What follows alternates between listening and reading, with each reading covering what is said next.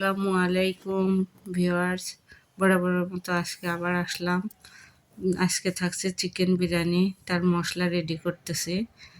পেঁয়াজ, রসুন, কাঁচামরিচ, কিছু বাদাম, কিশমিশ দিয়ে ব্লেন্ড করে নেব। এই তো ব্লেন্ড করে নিচ্ছে। ব্লেন্ড করা শেষ। এবার একটা হাঁড়ি নিলাম।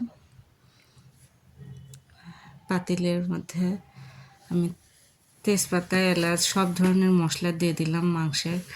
এবার ব্লেন্ড করা মশলাটাও দিয়ে দিলাম। দিয়ে শেষ, একটু ভালো করে কষাই নেব।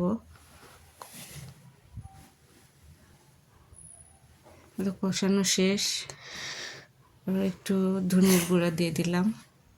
দিয়ে আর একটু ভালো করে কষায় চিকেনগুলো দিয়ে দেব।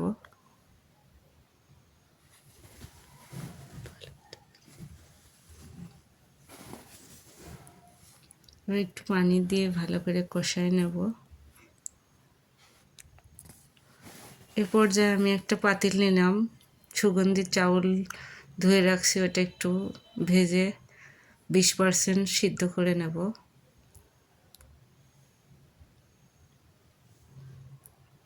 তো ভাজা শুরু করে দিছি।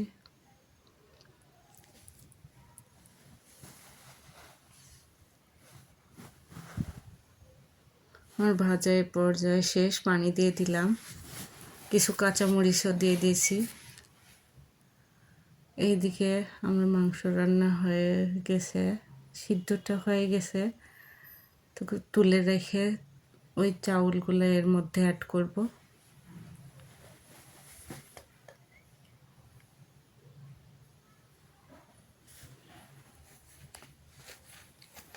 আর তো চাউলগুলো দিয়ে দিচ্ছে।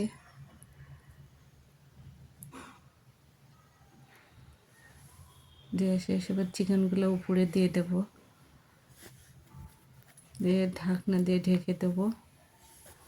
তুলে আবার বেরেস্তা দিয়ে দিলাম।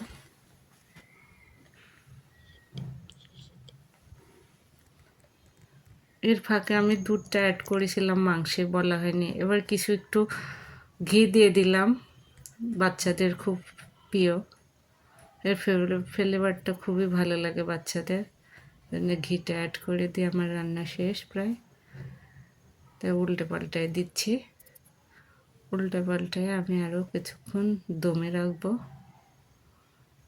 এতো রান্নাটা আমার শেষ।